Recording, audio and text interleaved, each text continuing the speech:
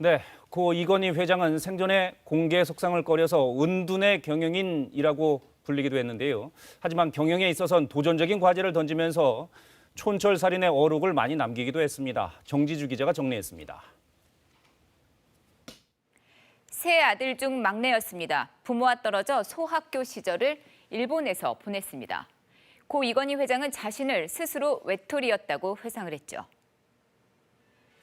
장남 맹희, 차남 창희 두 형이 사카린 밀수 사건으로 아버지인 이병철 선대 회장의 눈밖에 났습니다. 일찌감치 후계자로 지목됐죠. 그리고 1987년 삼성그룹 회장으로 취임했는데요. 삼성이 초인류 기업이 되는 날 모든 열매와 보람은 나누어 가지게 될 것임을 미래지향적이고 도전적인 경영을 통해 90년대까지 삼성을 초인류 기업으로 성장시킬 거라 다짐했습니다. 거침없이 달렸습니다. 변화와 위기를 먼저 진단을 했고요. 적기에 또 돌직구 같은 굵직한 말들을 던졌습니다.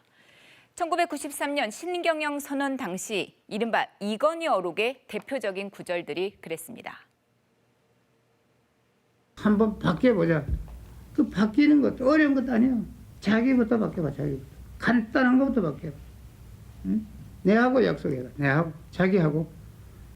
숱하게 회자된 마누라와 자식 빼곤 모두 바꾸란 발언이 이때 등장을 했습니다.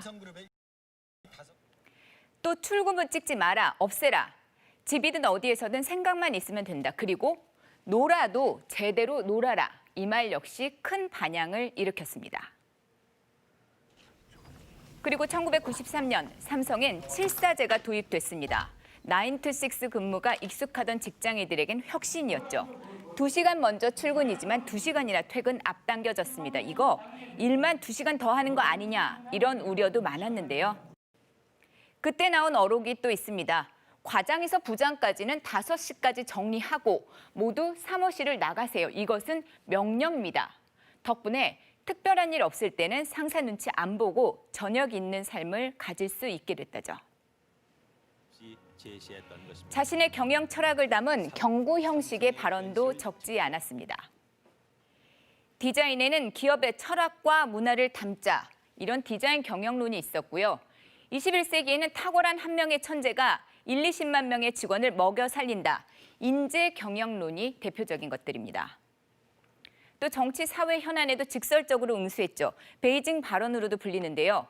우리나라의 기업은 2류, 관료와 행정 조직은 3류, 또 정치는 4류라는 겁니다. 2011년 당시 정부가 추진했던 이공유제에 대해선 날선 비판도 했습니다. 사회주의 국가에서 쓰는 말인지, 자본주의 국가에서 쓰는 말인지, 공산주의 국가에서 쓰는 말인지를 모르겠다 이 말씀. 우리 기업사에 굵직굵직한 족적을 남겼습니다. 이 회장은 파이낸셜 타임즈가 선정한 존경받는 기업인 명단에 이름을 올렸고요. 경제지 포춘의 표지도 장식했습니다. 하지만 수줍은 성격 때문에 공개석상을 꺼렸다죠. 은둔의 경영인으로 불렸던 이유입니다. 대를 이어 세습된 무노조 경영 원칙, 또 노조 설립 방해 논란은 성장의 그늘로 남아 있습니다.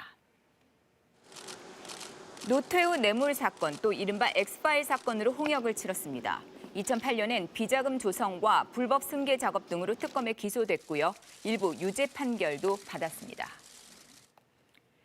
또 막내딸의 사망, 장남의 이혼, 그리고 가족과의 유산 소송 등 개인사 또한 피할 수 없었던 아픔들이 있었습니다. KBS 뉴스 정지주입니다.